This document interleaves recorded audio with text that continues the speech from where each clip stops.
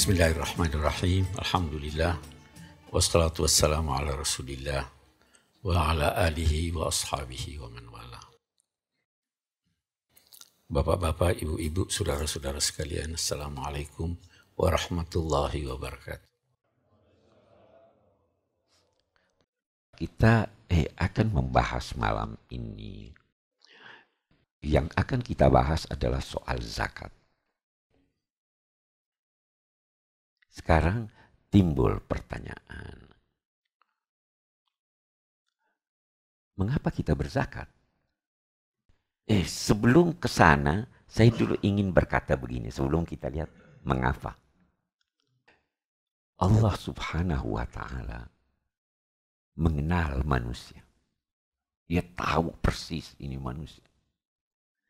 Saya bacakan ayat. Kita dengarkan. Ini di surah Sayyidina Muhammad. Innamal hayatud dunya la'ibun walahu. Kehidupan dunia ini tidak lain kecuali permainan dan hal-hal yang melengahkan. Tentu ini bagi orang-orang yang tidak beriman. Wa in tu'minu wa tattaqu, kalau kalian itu percaya kepada Allah dan bertakwa, yu'tikum ujurakum wa la yas'alkum amwalakum. Kalau kamu beriman dan bertakwa, Allah akan memberikan kepada kamu ganjaran kamu dan dia tidak akan meminta harta bendamu. Tidak minta harta bendamu. Kita harus garis bawahi, dia tidak minta harta benda kamu. Ada kesan umum, bisa dipertanyakan, Anda punya harta atau tidak? Kita jawab sebentar. Dia katakan, Iyas'alkumuha fayuhfikum tabkhalu wa yukhrij adghanakum. Kalau Allah meminta semua harta bendamu, kamu pasti kikir. Benar tidak? Kamu pasti kikir. Dan ketika kamu kikir, Allah akan menimbulkan kecemburuan sosial di antara kamu.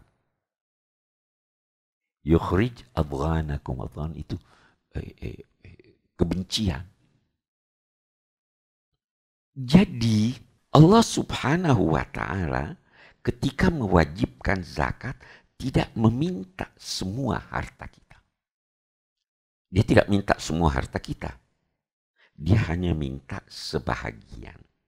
Mari sekarang kita berpikir. Sebagian ya. Kita berusaha. Allah punya peranan atau tidak? Punya peranan. Pembagiannya bagaimana nih enaknya? Bagaimana enaknya pembagiannya?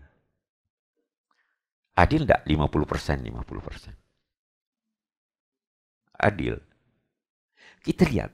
Semua apa yang Anda peroleh itu sebenarnya pengelolaan dari bahan yang disiapkan Allah. Ya enggak? Jadi wajar dong kalau 50%, 50%. Kursi Anda buat, bahannya dari Tuhan kok. Ada hal lain. Anda bisa sukses tanpa partisipasi orang lain. Bisa enggak? Kacau. Bisa dagang enggak kalau kacau? Kalau begitu ada partisipasi orang lain. Bukan cuma Anda dong. Ada fasilitas kan?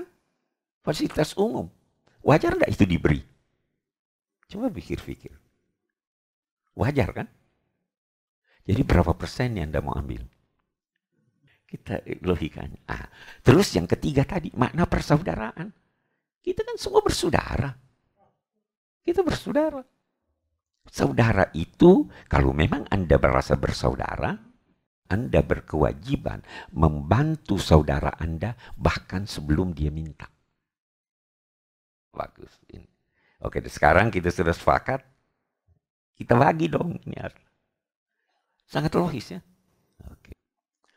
Allah tahu manusia kikir. Wa may yuqa syuhha nafsihi. Siapa yang bisa dihilangkan darinya kekikiran di dalam hatinya, itulah orang yang beruntung. Karena dia tahu kita kikir, dia tidak minta banyak. Mari kita lihat. Yang pertama, tidak semua harta yang Anda miliki wajib Anda zakati. Kendaraan yang Anda pakai perlu dizakati atau tidak? Coba lihat. Rumah yang Anda tinggali perlu dizakati atau tidak? Tidak. Alat-alat produksi yang Anda pakai dizakati atau tidak? Tanah yang Anda simpan. Tanah yang Anda simpan. Bukan untuk tujuan diperjualbelikan. Tidak ada zakatnya. Jadi terbatas dong yang dizakati. Sangat terbatas yang dizakati. Itu pun bukan 50%. Dalam perdagangan hanya 2,5%. 2,5%. Saham sekarang kita kan ada sahamnya. Saham yang dibeli itu dilihat. Ini belinya saham untuk dia perjualbelikan, atau saham itu dibelinya untuk mendapatkan keuntungan pada akhir tahun dari perusahaan. Kalau untuk diperjualbelikan 2,5% zakatnya. Kalau untuk dapat keuntungan hanya keuntungannya yang dizakat. Apa sih artinya zakat ini? Terlalu sedikit. Ya kan? Saya punya teman, itu orang unik. Dia kaya raya.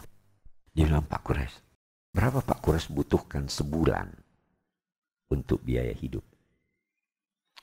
Saya nggak tahu juga berapa, ya. Tapi dia bilang, katakanlah 50 juta. Kira-kira berapa itu? 50 juta itu banyak, ya. Terserahlah dari orangnya, ya. Katakanlah 50 juta. Umur Anda berapa tahun kira-kira? Ya, 80 tahun. Wajar. Jadi kalau Anda punya umur sekarang 60 tahun atau 50 tahun, Anda butuh untuk 30 tahun. 50 juta kali 12. Berapa ratus juta tuh, berapa miliar tuh. Dia bilang, coba bayangkan, ada orang punya triliunan. Ada orang punya miliaran. Dikemanakan? Jadi dia itu orangnya sangat, tadinya mu'alaf nih, tidak seperti kita nih ya. Karena dia kaya raya, dia bilang, saya keluarkan, saya tidak tahu zakat atau apa. Pokoknya saya keluarkan 90% dari hasil saya. Bagaimana istri Anda? Setuju enggak? Dia biasa mengeluh karena dia usulkan 50% aja. Subhanallah. Itu. Ini orang-orang yang sadar kan. Pak Ali Ibrahim tahu orangnya. Kita banyak dibantu di pusat studi Al-Quran. Jadi ada orang-orang yang sadar. Karena dia memang merasa bahwa tapi Allah tahu tidak semua orang seperti itu. Ya, tidak semua orang seperti itu. Kalau dia minta seperti itu, kamu tidak akan beri. Karena kamu kikir. Karena itu Allah cuma meminta sedikit. Untuk perdagangan 2,5%. Untuk punya 40 ekor kambing, 1 ekor kambing. Untuk punya 5 ekor unta, 1 ekor kambing. Sedikit sekali. Baik.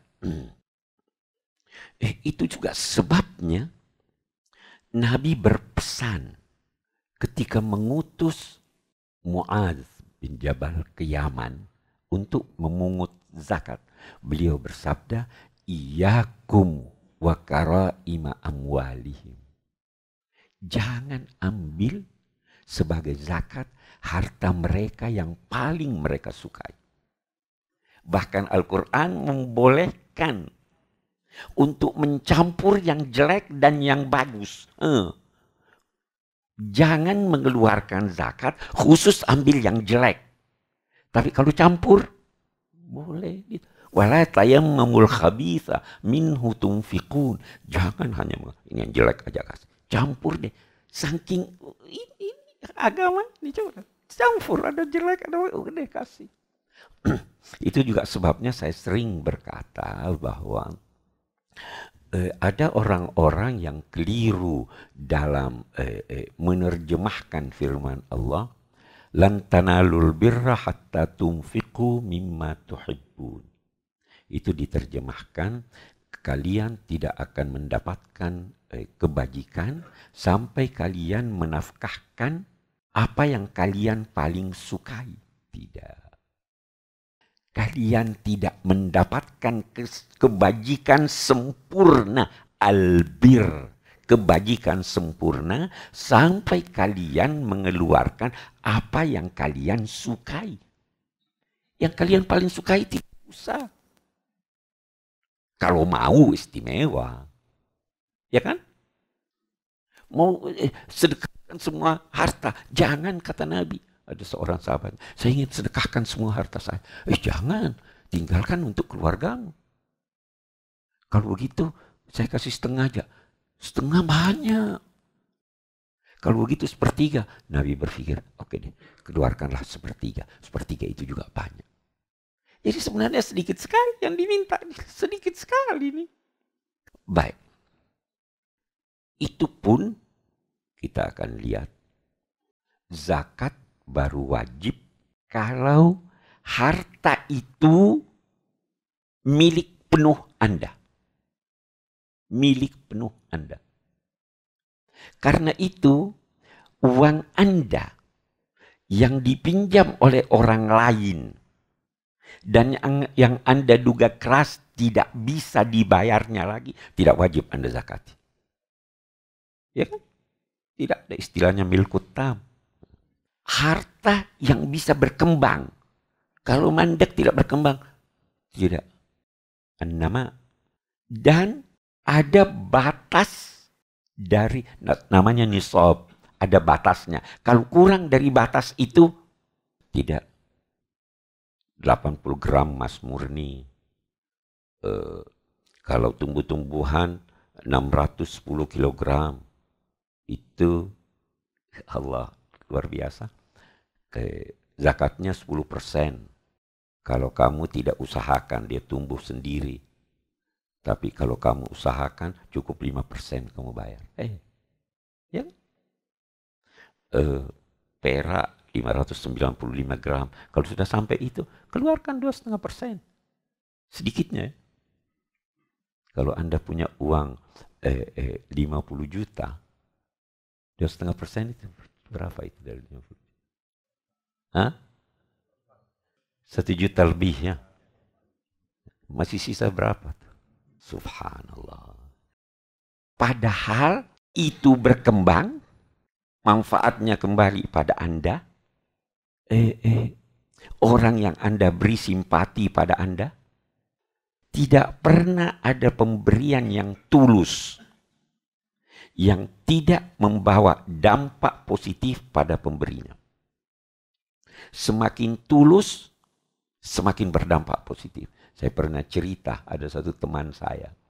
Itu dia katakan begini, Pak Pres, ini sekarang ini partai-partai macam-macam nih, kita pedagang nih harus datang sini minta, datang itu minta. Dia katakan, saya biasa keluarkan puluhan juta untuk itu. Hati saya. Tapi dia cerita sambil menangis, saya pernah ceritakan. Dia cerita sambil menangis, dia jalan di mobilnya bersama istrinya, dia lihat ada seorang tua memikul pisang untuk dijual. Dia hentikan mobilnya, dia kasih 100.000. Itu orang lihat dia, kaget 100.000 nih. Mudah-mudahan kamu selamat nak. Jadi, saya pergi, hati saya plong begitu, senang. Saya mau kembali, saya anggap terlalu sedikit ini 100.000. Dia sudah tidak ada. Sampai sekarang itu dia masih ingat, dan kalau dia cerita dia menangis. Anda menerima. Itu tadi, hati lapang, bersih, dan lain-lain sebagainya.